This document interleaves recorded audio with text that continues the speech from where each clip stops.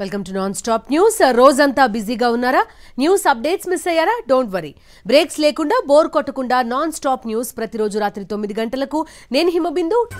2047 నాటికి అసమానతలు, పేదరికం లేని వికసిత భారతాన్ని ఆవిష్కరించడమే లక్ష్యమని పునరుద్ఘాటించింది కేంద్ర ప్రభుత్వం.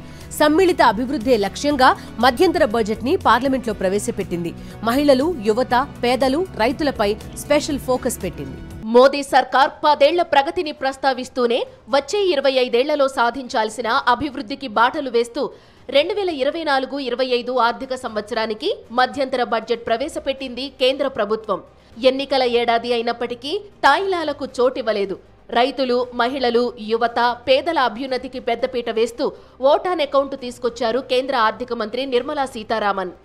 మొత్తం 47.65 లక్షల కోట్ల రూపాయల అంచనాలతో బడ్జెట్ ప్రకటించిన కేంద్ర ఆర్థిక మంత్రి విత్తలోటు 5.1% ఉంటుందని తెలిపారు. మూలధన వ్యయం 11.1 లక్షల కోట్ల రూపాయలుగా అంచనా వేశారు.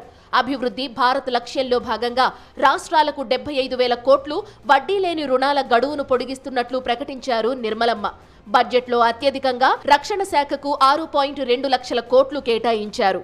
సార్వత్రిక ఎన్నికలకు ముందు ప్రవేశపెట్టిన మధ్యంతర బడ్జెట్లో వికసిత్ భారత్ మంత్రం జపించింది మోదీ సర్కార్. 2047 నాటికి భారత్ను అభివృద్ధి చెందిన దేశంగా తీర్చిదిద్దడమే లక్ష్యమని పునరుద్ఘాటించింది. ఈ సందర్భంగా కేంద్రంలో మళ్లీ వచ్చేది మోదీ ప్రభుత్వమేనని ధీమా వ్యక్తం చేశారు విత్త మంత్రి. In the full budget in July, Honorable Speaker, our government will present a detailed roadmap for our pursuit of Viksit Bharat. వచ్చే 5 ఏళ్లలో వేగవంతమైన అభివృద్ధి సాధించడమే లక్ష్యంగా నెక్స్ట్ జనరేషన్ రిఫార్మ్స్ తీసుకొస్తున్నట్లు బడ్జెట్ ప్రసంగంలో పేర్కొన్నారు కేంద్ర ఆర్థిక మంత్రి. ప్రధాని మోదీ నాయకత్వంలో గత 10 ఏళ్లలో కేంద్రం అమలు చేసిన ఆర్థిక సంస్కరణలు దేశ ఆర్థిక వ్యవస్థ బలోపేతానికి దోహదపడ్డాయన్నారు సీతారామన్. ప్రజల వాస్తవ ఆదాయం 50% పైగా పెరిగిందని వివరించారు. గవర్నెన్స్, డెవలప్మెంట్, పర్ఫార్మెన్స్ అంటూ జీడీపీకి కొత్త అర్థం చెప్పారు. The impact of all-round development is discernible in all sectors. There is macroeconomic stability, including in the external sector. Investments are robust. The economy is doing well. People are living better and earning better, with even greater aspirations for future. ఆచరణీయమైన secularism కోసం ప్రభుత్వం ప్రయత్నం చేస్తోందన్నారు ఆర్థిక మంత్రి నిర్మల. వారసత్వవాద వ్యతిరేకంగా పనిచేస్తోందని స్పష్టం చేశారు. గడిచిన 10 ఏళ్లలో 25 కోట్ల మంది పేదరికం నుంచి విముక్తి పొందారన్నారు సీతారామన్. నారీ శక్తి వందన్ మోదీ ప్రభుత్వ విధానమన్నారు. గ్రామీణ ప్రాంతాల్లో పీఎం ఆవాస్ యోజన కింద ఇచ్చిన ఇళ్లలో 70% మగువలనే యజమానులను చేశామని తెలిపారు. 83 లక్షల స్వయం సహాయక సంఘాల ద్వారా 9 కోట్ల మంది మహిళలకు ఆర్థిక మద్దతు అందించామన్నారు. ఆయుష్మాన్ భారత్ పథకాన్ని ఆశా వర్కర్లు, అంగన్వాడీలకు వర్తింపజేస్తామని, 9 నుంచి 18 ఏళ్ల వయసున్న బాలికలు సర్వైకల్ క్యాన్సర్ బారిన పడకుండా చర్యలు తీసుకుంటామని వెల్లడించారు నిర్మలా సీతారామన్. మధ్యంతర బడ్జెట్లో వేతన జీవులకు ఎలాంటి ఊరట లభించలేదు. పన్ను విధానాల్లో ఎటువంటి మార్పులు లేవు. గతంలో ఉన్న పన్ను విధానాలనే కొనసాగించారు. ప్రత్యక్ష పన్నుల్లో వివాదాలకు సంబంధించిన నోటీసులపై మాత్రం కొంత రిలీఫ్ ఇచ్చారు. కేంద్ర ఆర్థిక మంత్రి నిర్మలా సీతారామన్ పార్లమెంట్లో ప్రవేశపెట్టిన మధ్యంతర బడ్జెట్ ట్యాక్స్ పేయర్స్ ను నిరాశపరిచింది. ఆదాయ పన్ను విధానంలో ప్రభుత్వం ఎలాంటి మార్పులు ప్రకటించలేదు. గతంలో ఉన్న పన్ను స్లాబ్లనే కొనసాగిస్తున్నట్లు తెలిపారు కేంద్ర మంత్రి సీతారామన్. న్యూ ట్యాక్స్ రెజీమ్లో 7 లక్షల వరకు ఎలాంటి పన్ను ఉండదని పునరుద్ఘాటించారు. As for tax proposals, in keeping with the convention, I do not propose to make any changes relating to taxation and propose to retain the same tax rates for direct and indirect taxes, including import duties. ఆదాయపు పన్ను refund సమయాన్ని తమ ప్రభుత్వం గణనీయంగా తగ్గించిందన్నారు ఆర్థిక మంత్రి. 2013-14లో ఇది సగటున 93 రోజులు ఉండగా ప్రస్తుత సమయంలో 10 రోజులకు తీసుకురాగలిగామని వెల్లడించారు. ఫేస్లెస్ విధానంతో పన్ను అసెస్మెంట్లో పారదర్శకత, సత్వర రిటర్న్లు చెల్లింపులు జరుగుతున్నాయన్నారు. సరాసరి నెలవారీ జీఎస్టీ ఆదాయం 1.66 కోట్లకు చేరిందని వెల్లడించారు కేంద్ర ఆర్థిక మంత్రి. Tax base of GST more than doubled, and the average monthly gross GST collection has almost doubled to 1.66 lakh crores this year. States too have benefited states SGST revenue, including compensation released to states in the post-GST period of 2017-18 to 2022-23, has achieved a buoyancy of 1.22. ప్రత్యక్ష పన్నులకు సంబంధించి వివాదాస్పద demand నోటీసులు అందుకున్న వారికి ఊరటనిచ్చారు కేంద్ర ఆర్థిక మంత్రి నిర్మలా సీతారామన్. 2009-10 మధ్య 25,000 వరకు విలువైన డిమాండ్ నోటీసులను ఉపసంహరిస్తూ కీలక ప్రకటన చేశారు. 2010-11 నుంచి 2014-15 ఆర్థిక సంవత్సరాల మధ్య 10,000 వరకు చెల్లించాలని జారీ అయిన నోటీసులను రద్దు చేశారు. దీంతో దాదాపు 1 కోటి మందికి లబ్ధి చేకూరనుందని ప్రకటించింది కేంద్ర ప్రభుత్వం. మేడిగడ్డ ప్రాజెక్టు పిల్లర్లు కుంగిన ఘటనపై విజిలెన్స్ అధికారులు నివేదిక సిద్ధం చేశారు. మానవ తప్పిదం వల్లే ప్రాజెక్టు డ్యామేజ్ అయినట్టుగా అంచనాకు వచ్చారు. వరదల కారణంగా డ్యామేజ్ జరగలేదని విజిలెన్స్ అధికారులు అంచనాకు వచ్చారు. కాంక్రీట్, స్టీల్లో నాణ్యతా లోపాన్ని గుర్తించింది విజిలెన్స్. 2019లోనే మేడిగడ్డ డ్యామేజ్ అయిందని నిర్ధారణకు రాగా ప్రాజెక్టు ప్రారంభం నాటికే పగుళ్లు వచ్చాయని అనుమానిస్తోంది. బ్యారేజ్ ప్రారంభమైన తర్వాత వచ్చిన మొదటి వరదకే పగుళ్లు బయటపడ్డాయని చెబుతోంది. పగుళ్లు రిపేర్ చేయాలంటూ వర్షాకాలానికి 10 రోజుల ముందే ఎల్ఎన్టీకి లేఖ రాశారని, అయితే ఎల్ఎన్టీ నుంచి ఎలాంటి స్పందన లేదని విజిలెన్స్ అధికారులు గుర్తించారు. వర్షాకాలంలో మరమ్మతులు సాధ్యం కాదని ఎల్ఎన్టీ సంస్థ తెలిపినట్టుగా విజిలెన్స్ నివేదికలో పేర్కొన్నట్టుగా సమాచారం.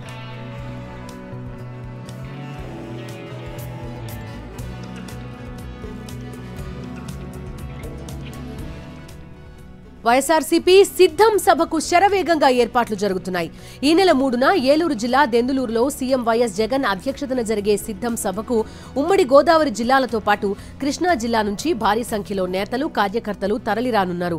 బహిరంగ సభ ఏర్పాట్లను మంత్రి కారుమూరి నాగేశ్వరరావు, ఎమ్మెల్యేలు అబ్బయ్య చౌదరి, వాసుబాబు పరిశీలించారు. చంద్రబాబు హామీలను ప్రజలు నమ్మే పరిస్థితి లేదన్నారు. ఎవరెన్ని కుట్రలు పన్నినా, ఎన్ని పార్టీలు జతకట్టినా ఎన్నికల్లో వైఎస్ఆర్సీపీ విజయం సాధించడం ఖాయమన్నారు. వైఎస్ జగన్ మరోసారి ముఖ్యమంత్రి అవుతారని ధీమాగా చెప్పారు. ఈరోజు రాష్ట్రం నలుమూలల నుంచి ఒకే ఒక నినాదం.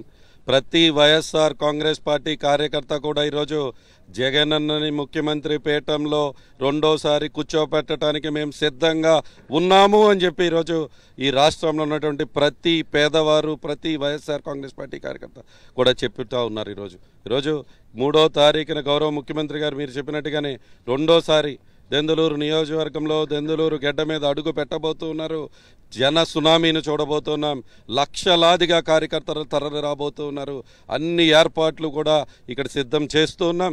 జగనన్న రాక కోసం 1000 కళ్ళతో అందరూ కూడా ఎదురు చూస్తూ ఉన్నామని చెప్పి కూడా ఈరోజు తెలియజేస్తున్నాం. చంద్రబాబు నాయుడు భవిష్యత్తు గ్యారంటీ, ఎందుకంటే ఆయన భవిష్యత్తు గ్యారంటీ ఎందుకు చెప్పుకోగలుగుతున్న 14 సంవత్సరాలు ముఖ్యమంత్రి 40 సంవత్సరాల అనుభవం ఉంది. ఆయన మాట అబద్ధం మూట, అబద్ధాలు మేడల కడతంలో చంద్రబాబు నాయుడు గారిని మించిన వాడు ఎవరు లేరు. స్వర్గీయ రాజశేఖర రెడ్డి గారు చెప్తా ఉండేవారు, అబద్ధం ఏ రోజు ఆడపోతే ఆ రోజు తల 1000 ముక్కలైపోతుందని అని. చంద్రబాబు నాయుడు గారికి అబద్ధం ఆడాలి, రోజు అబద్ధం ఆడాలని చెప్పి ఉండేవాడు. నిజంగా దీన్ని నిజం చేస్తూ 14 సంవత్సరాలు ముఖ్యమంత్రి చేసినాడు. నాది ఇది నేను ఈ పథకం ద్వారా నేను వచ్చినారు చేశానని చెప్పుకోవాలని ఒక పథకం లేనటువంటి చంద్రబాబు నాయుడు గారు రేపొద్దున్న మన పథకాలకి పేర్లు మార్చి, మనం ఆల్రెడీ ప్రూవ్డ్ లీడర్స్ చెప్పినవన్నీ కూడా చేసుకుని వెళ్తా ఉన్నాం, చేస్తూ ఉన్నాం. ఆఖరి కోవిడ్ కష్టకాలంలో కూడా ఏ రోజు ఫ్యాంక్షన్ ఆపలేదు, ఏ రోజు ఈ పథకాన్ని ఆపలేదు మన ముఖ్యమంత్రి జగన్మోహన్ రెడ్డి గారు. పల్నాడు పార్లమెంటు నియోజకవర్గానికి అనిల్ కుమార్ యాదవ్ ను ఎంపిక చేయడం చారిత్రక నిర్ణయం అన్నారు మంత్రి అంబటి రాంబాబు. బడుగుల సాధికారత నినాదం కాదు, జగన్ విధానమని చెప్పారు. బీసీలంతా ఐక్యంగా నిలబడి అనిల్ కుమార్ యాదవ్ ను భారీ మెజారిటీతో గెలిపించాలని పిలుపునిచ్చారు. జగన్మోహన్ రెడ్డి గారు నిర్ణయించినటువంటి అభ్యర్థిత్వాన్ని కలిసికట్టుగా గెలిపించుకొని ఇక్కడ బీసీ అయితేనే కరెక్ట్, బీసీ అయితేనే ఇంత మెజారిటీ వస్తుంది అనేటువంటి మాట ప్రపంచానికి తెలియపరచవలసినటువంటి అవసరం ఉన్నదని మనం చేస్తున్నాం. ఇంతకు ముందు ఎవరెవరైతే నిలబడి మెజారిటీ సాధించి గెలుపొందారో వాళ్ళ మెజారిటీలు దాటినంత మెజారిటీతో ఇవాళ డాక్టర్ అనిల్ యాదవ్ని గెలిపించిన రోజున బీసీలకు ఇవ్వడం వల్ల బీసీ వర్గాలన్నీ అద్భుతంగా పనిచేశాయి. ఇంతకు ముందు నాయకుల కన్నా కూడా ఇక్కడ మెజారిటీ ఎక్కువ వచ్చింది. ఇది ఎప్పటికీ ఇక బీసీలకే ఇస్తే బాగుంటుంది అనేటువంటి ఒక సంకేతాన్ని, సందేశాన్ని అన్ని పార్టీలకి పంపించాల్సినటువంటి అవసరం ఉందని కూడా ఈ సందర్భంగా నేను మనవి చేస్తున్నాను. మాజీ ఇంటెలిజెన్స్ డీజీ వెంకటేశ్వరరావు ద్వారా పోలీస్ వ్యవస్థని చంద్రబాబు వాడుకున్నారని మాజీ మంత్రి వెల్లంపల్లి శ్రీనివాస్ విమర్శించారు. సీఎం వైఎస్ జగన్ పోలీస్ వ్యవస్థను నియంత్రించి ఉంటే చంద్రబాబు, లోకేష్, పవన్ కళ్యాణ్ రాష్ట్రంలో తిరిగేవారా అని ప్రశ్నించారు. చంద్రబాబు ప్యాకేజ్ కోసం పవన్ కళ్యాణ్ ఎదురు చూస్తున్నారన్నారు. ఇంటెలిజెన్స్ డీజీ కింద ఉండేవాడు, అతని పేరేంటి, అంటే వాళ్ళు చేసినట్టే మిగతా వాళ్ళు చేస్తారని చెప్పి అనుకుంటున్నాడేమో అనుకుంటున్నాను. అతని పరిపాలనలో అదేవిధంగా చేశాడు. అతనే వెళ్ళి మీడియేషన్ చేయడం, అతనే వెళ్ళి ఇతర పార్టీ వాళ్ళ నాయకులు జాయిన్ చేయించడం, అతను పోలీసు వ్యవస్థను వాడిన వ్యక్తి చంద్రబాబు నాయుడు. అదేవిధంగా ఈ ప్రభుత్వం కూడా వాడుతుందని చెప్పని పాప అతనికి అనుమానం కాదు, వీళ్ళు కూడా వాడతారేమో అని చెప్పి అనుకుంటున్నాడు. నాలాగేమో అనుకోని జగన్మోహన్ రెడ్డి గారిని ఒకసారి గుర్తుపెట్టుకోమని చెప్పండి. ఆయన ఒకటే చెప్తాడు, నా ఎజెండా నచ్చి, నా జెండా నచ్చి వచ్చిన వాళ్ళే తీసుకుంటాడు తప్ప చంద్రబాబు లాగా పోలీసు వ్యవస్థను ఆ రోజులో మేనేజ్ చేసినట్టు ఈ రోజు కనుక పోలీసు వ్యవస్థను మేనేజ్ చేస్తే చంద్రబాబు రోడ్డు మీద తిరగలుగుతాడా? పవన్ కళ్యాణ్ రోడ్డు మీద తిరగలుగుతాడా? నారా లోకేష్ ఏదో మార్నింగ్ వాక్, ఈవినింగ్ వాక్ అని చెప్పి కొంత యాత్ర చేయగలుగుతాడా? సీఎం జగన్ పేదల పక్షపాతి అని ఎంపీ కేసినేని నాని అన్నారు. విజయవాడలో నిర్వహించిన ఆసరా సంబరాల్లో పాల్గొన్నారాయన. పేదలకు 2.5 లక్షల కోట్ల రూపాయల సంక్షేమాన్ని అందించిన ముఖ్యమంత్రిని ప్రపంచంలో ఎక్కడా చూడలేదన్నారు. మీడియా మేనేజ్మెంట్ చేసి ప్రభుత్వంపై చంద్రబాబు నెగిటివ్ ప్రచారం చేశారని మండిపడ్డారు. రైతు రుణమాఫీ, డ్వాక్రా రుణాల మాఫీ చేస్తామని ప్రజలను మోసం చేసిన వ్యక్తి చంద్రబాబు అని విమర్శించారు.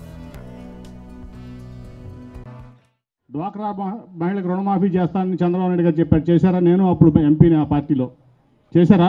₹1 రుణమాఫీ చేయలా. రైతులు రుణమాఫీ చేస్తానని చెప్పారు, అది చేయలా. అన్నీ మోసాలే, ఒక్కటి కాదు. అమరావతి కడతా అన్నారు, కట్టడా? అది కట్టలా. అంబేద్కర్ గారి విగ్రహం తీసుకెళ్ళి అక్కడక్కడ చీరల్లో నేను కడుతున్నాను 5 ఏళ్ళు గడిపాడు, కట్టడా? కనీసం ఫౌండేషన్ కొబ్బరికాయ కొట్టలా ఫౌండేషను. నేను ఈసారి గెలవకపోతే నేను రాజకీయాలు మానేస్తాను చంద్రబాబు నాయుడు చెప్పాడు. నేను ఎప్పుడు చెప్తా, చంద్రబాబు నాయుడు ఇల్లు ఎందుకు కట్టుకోలేదు ఇక్కడ? ఇప్పటివరకు సొంత ఇల్లు లేదు. ఎందుకు లేదంటే ఎట్టగా ఓడిపోతాను 24 ఎలక్షన్లో. ఏదో డబ్బులు, ఇప్పుడు విజయవాడ సీటు ఎంపీ సీటు అమ్ముకున్నాడు, నా సీటు. అన్నీ ఇక్కడ సీట్లు అమ్ముకుంటాడు, ఆ డబ్బులు పోగు చేసుకుంటాడు. ఎలక్షన్ ఫండ్ ఏదో పిచ్చి కమ్మోళ్ళు పిచ్చోళ్ళు ఇస్తూ ఉంటారు. అవి పోగు చేసుకుని మూటాములు సర్దుకుని ఎలక్షన్ అయిపోయిన తర్వాత సొంత రాష్ట్రం తెలంగాణ వెళ్ళిపోవడానికి ఇవన్నీ చేస్తున్నాడు. గజ్వేల్ ఎమ్మెల్యేగా బీఆర్ఎస్ అధ్యక్షుడు కేసీఆర్ ప్రమాణ స్వీకారం చేశారు. స్పీకర్ ప్రసాద్ కుమార్ సమక్షంలో ఆయన ప్రమాణ స్వీకారం చేశారు. అలాగే అసెంబ్లీలో ప్రతిపక్ష నేతతో పాటు బీఆర్ఎస్ ఎల్పీ నేతగాను కేసీఆర్ బాధ్యతలు తీసుకున్నారు. ప్రమాణ స్వీకారం తర్వాత ప్రతిపక్ష చేంబర్లో కేసీఆర్ ప్రత్యేక పూజలు చేశారు. తుంటి ఎముకకు ఆపరేషన్ చేయించుకున్న కేసీఆర్ డాక్టర్ల సూచన మేరకు కొంతకాలంగా విశ్రాంతి తీసుకుంటున్నారు. ఇప్పుడు పూర్తిగా కోలుకోవడంతో గజ్వేల్ ఎమ్మెల్యేగా అసెంబ్లీలో ప్రమాణ స్వీకారం చేశారు. కార్యక్రమానికి కేటీఆర్ సహా బీఆర్ఎస్ ఎమ్మెల్యేలంతా హాజరయ్యారు.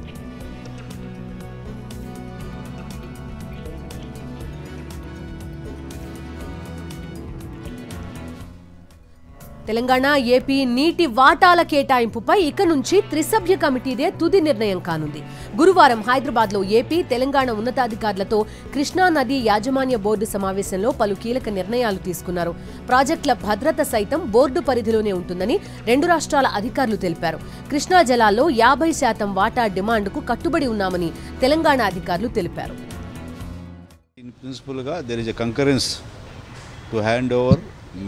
Monitoring and water releases of 15 outlets which are identified on both the reservoirs. దానికోసం స్టాఫ్ని ఎవరైనా పెట్టాలనే దాని మీద రిప్రజెంటేషన్ ఫ్రమ్ బోత్ సైడ్స్ ఉంటారు. మళ్ళీ 3 మెంబర్ కమిటీ రికమెండేషన్స్ ప్రకారము కేఆర్ఎంబి రిలీజ్ ఆర్డర్స్ను ఇంప్లిమెంట్ చేయడము, ఎన్షూర్ చేయడము వాళ్ళ బాధ్యత అవుతుంది. ఏదైనా సడన్గా ఇఫ్ దేర్ ఆర్ చేంజెస్ అంటే రిలీజ్ ఆర్డర్ ఇచ్చిన తర్వాత ఆ వాటర్ అవసరం లేకుండా పోతే ఏదైనా స్టేట్కి, ఎందుకంటే సడన్గా వర్షాలు రావచ్చు, అప్పుడు నీళ్ళను సేవ్ చేయడానికి ఏదైనా ఇష్యూస్ ఉంటే కూడా ఇమీడియట్గా 3 మెంబర్ కమిటీలో ఉన్న any member from any state represent చేస్తే accordingly modifications will also be taken up. BRS MLA Jagadish రెడ్డిపై మునుగోడు ఎమ్మెల్యే కోమటిరెడ్డి రాజగోపాల్ రెడ్డి తీవ్రస్థాయిలో ఫైర్ అయ్యారు. కోమటిరెడ్డి బ్రదర్స్ గురించి అవాకులు చెవాకులు పేలుతున్నారని మండిపడ్డారు. తెలంగాణ రాష్ట్రం కోసం మంత్రి పదవిని త్యాగం చేసిన చరిత్ర కోమటిరెడ్డి బ్రదర్స్ దని జగదీష్ నోరు అదుపులో పెట్టుకుని మాట్లాడాలని హెచ్చరించారు. యాదాద్రి భువనగిరి జిల్లా చౌటుప్పల్ మండలం కాట్రేవు గ్రామంలో నిర్మించిన నూతన హైలెవెల్ వంతెనను కోమటిరెడ్డి రాజగోపాల్ రెడ్డి ప్రారంభించారు. అనంతరం చౌటుప్పల్ మున్సిపాలిటీ కేంద్రంలో షిప్ యార్డ్తో పాటు ఎల్లంబై, కైతాపురం గ్రామాల్లో నూతన గ్రామ పంచాయతీ భవనాల నిర్మాణాలకు శంకుస్థాపన చేశారు. జగదీశ్వర్ రెడ్డి నిన్న మన ఏదో మాట్లాడుతుండు. కోమటిరెడ్డి వెంకటరెడ్డి మంత్రి పదవిని త్యాగం చేసిన వ్యక్తి. జగదీశ్వర్ రెడ్డి ₹1 ఆస్తి లేనోడు, కిరాయి ఇంట్లో ఉండేటోడు, వేల కోట్ల రూపాయలు సంపాదించింది 10 ఏళ్ళలో. ఆయనకు మంత్రి పదవి ఎట్లొచ్చింది? కేసీఆర్ మందు గ్లాసులో సోడా పోసి తెచ్చుకుండు మంత్రి పదవి. మేము పోరాటం చేసినాం. ఒక 5 ఏళ్ళు నేను ఒక ఎంపీగా ఉంటే తెలంగాణ కోసం పోరాటం చేసిన. ఈ 10 ఏళ్ల నుంచి తెలంగాణలో ఒక ప్రజాస్వామ్యాన్ని కాపాడుతందుకు ఒక కుటుంబ పాలనకు వ్యతిరేకంగా పోరాటం చేసిన, అవినీతి పాలనకు వ్యతిరేకంగా పోరాటం చేసిన, ప్రజల పక్షాన అవసరమైతే నా పదవి త్యాగం చేసిన తప్పితే నేను ఎప్పుడు కూడా తప్పు చేయలేదు. అందుకనే మా గురించి మాట్లాడేటప్పుడు జగదీశ్వర్ రెడ్డి కొంచెం నోరు కంట్రోల్లో పెట్టుకుంటే బెటర్. పెద్దపల్లి జిల్లా మంథని మున్సిపల్ చైర్పర్సన్ పుట్టా శైలజపై అవిశ్వాస తీర్మానం పెట్టారు కాంగ్రెస్ కౌన్సిలర్లు. ఈ మేరకు పెద్దపల్లి అదనపు కలెక్టర్ అరుణశ్రీకి తీర్మానం అందజేశారు. మంథని మున్సిపాలిటీలో మొత్తం 13 మంది కౌన్సిలర్లున్నారు. వారిలో 9 మంది కౌన్సిలర్లు అవిశ్వాస తీర్మానాన్ని బలపరుస్తున్నారు. బీఆర్ఎస్ కి చెందిన 9 మందిలో 7 కౌన్సిలర్లు మంత్రి శ్రీధర్ బాబు నాయకత్వంలో పనిచేయాలని నిర్ణయం తీసుకుని కాంగ్రెస్ గూటికి చేరారు. బీఆర్ఎస్ ని వీడి కాంగ్రెస్ బాట పట్టిన 7 కౌన్సిలర్లలో ఒకరికి చైర్మన్ పదవి దక్కేలా ఒప్పందం జరిగినట్టు తెలుస్తోంది. తెలంగాణ మాజీ సీఎస్ సోమేష్ కుమార్ పై ఫిర్యాదు అందింది. Action for anti corruption convener Srikanth Somesh Kumar పై సిబిఐ, ఈడీకి ఫిర్యాదు చేశారు. అధికారంలో ఉండగా తన కుటుంబ సభ్యులు బినామీల పేరుతో అక్రమ ఆస్తులను సోమేష్ కుమార్ రిజిస్ట్రేషన్ చేయించారని శ్రీకాంత్ తన పిటిషన్లో ఆరోపించారు. తెలంగాణతో పాటు గుర్గాం, నోయిడాల్లో కూడా సోమేష్ కుమార్ కు భారీగా ఆస్తులున్నాయని, యాచారంలో సోమేష్ కుమార్ భార్య పేరుతో కొన్న 25 ఎకరాల భూమి కూడా అధికారాన్ని అడ్డుపెట్టుకుని ఆర్జించేందని ఆరోపిస్తూ ఈ మొత్తం వ్యవహారంపై పూర్తి స్థాయిలో విచారణ జరిపించాలని శ్రీకాంత్ నేత డిమాండ్ చేశారు.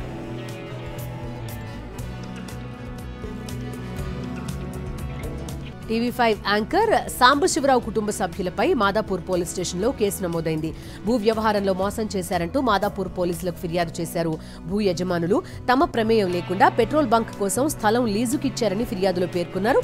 షేర్లింగంపల్లి ప్రాంతంలో 600 చదరపు మీటర్ల స్థలం విషయంలో వివాదం నెలకొనగా ఫోర్జరీ సంతకాలతో లీజ్ డాక్యుమెంట్లు సృష్టించారని ఫిర్యాదులో పేర్కొన్నారు.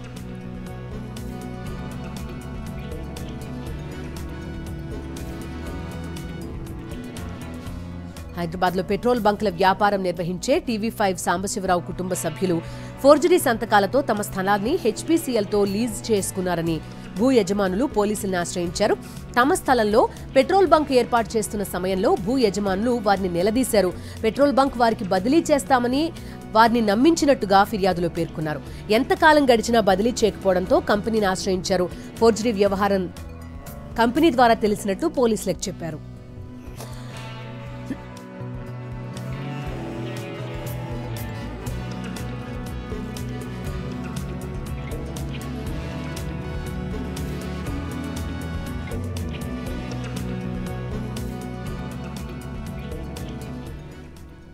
టాలీవుడ్ డ్రగ్స్ కేసులో కీలక మలుపు. 2018లో నమోదైన ఎక్సైజ్ కేసుల్ని కోర్టు కొట్టివేసింది. 8 కేసుల్లో 6 కేసులు కొట్టేసింది న్యాయస్థానం. సరైన ఆధారాలు లేకపోవడంతో కేసుల్ని కొట్టేసింది. ఎక్సైజ్ శాఖ సరైన ప్రొసీజర్ పాటించలేదని కోర్టు వ్యాఖ్యానించింది. ఎఫ్ఎస్ఎల్ రిపోర్ట్ ఆధారంగా కేసుల్ని కోర్టు కొట్టివేసింది. హెచ్ఎండిఏ మాజీ డైరెక్టర్ శివ బాలకృష్ణ నివాసంలో దొరికిన డాక్యుమెంట్స్ తో పాటు ఆయన బినామీల లింకులపై ఏసీబీ అధికారులు ఆరా తీస్తున్నారు. ఆయన బ్యాంక్ లాకర్ల వివరాలు గోప్యంగా ఉంచిన ఏసీబీ గురువారం శివ బాలకృష్ణను 6 గంటలకు పైగా విచారించారు. శుక్రవారం ఆయన్ని మరోసారి ఏసీబీ అధికారులు విచారించనున్నారు.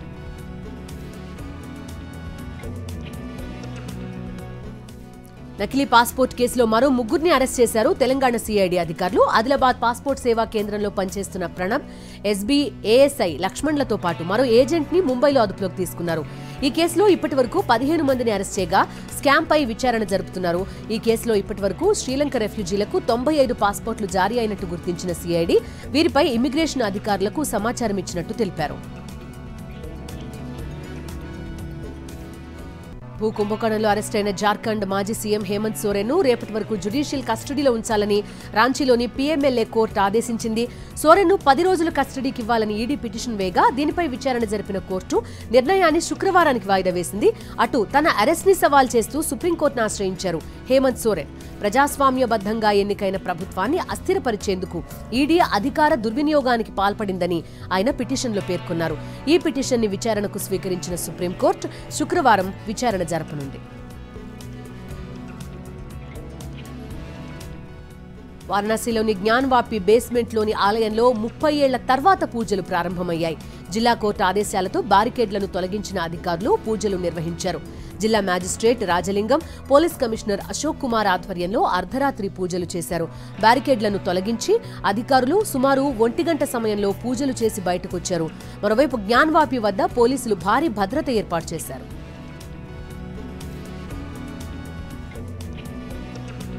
కేంద్ర బడ్జెట్లో ఎలాంటి కీలక ప్రకటనలు లేకపోవడంతో స్టాక్ మార్కెట్స్ నష్టాల్లో ముగిశాయి.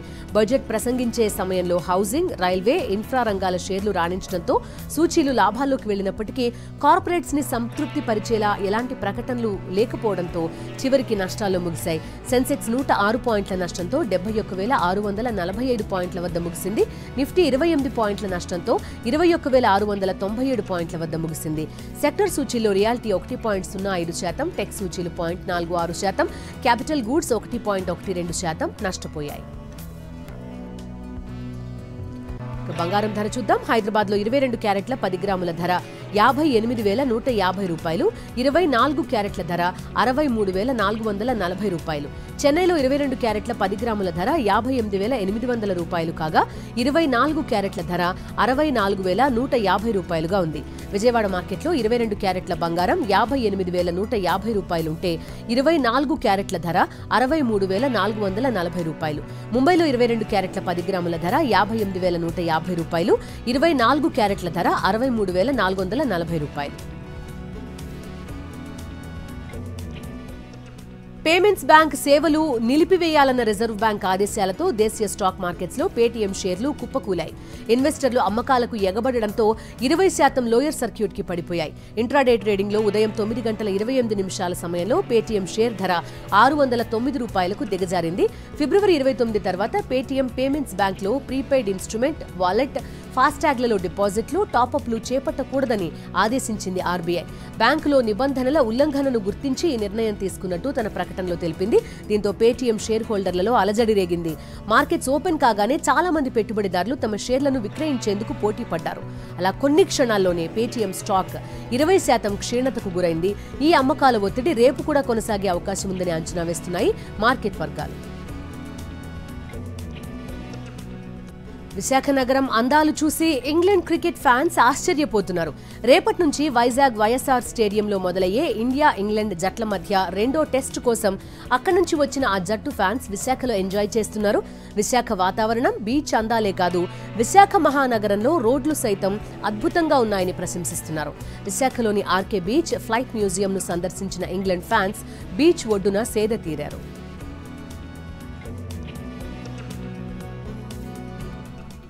ఇవి నాన్ స్టాప్ న్యూస్ అప్డేట్స్.